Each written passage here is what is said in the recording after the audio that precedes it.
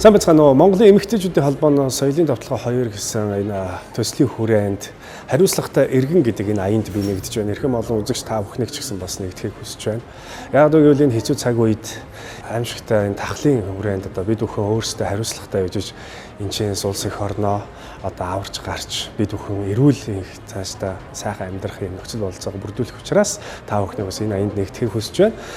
Та одоо зайлшгүй шаардлага байхгүй бол гэрээсээ бити гараараа гэр орондоо байж байгаараа. За мөн маска тогтмол зүүж байгаараа. За мөн бэлэттэй явж байгаараа. Гадуур дотор бити их яваараа.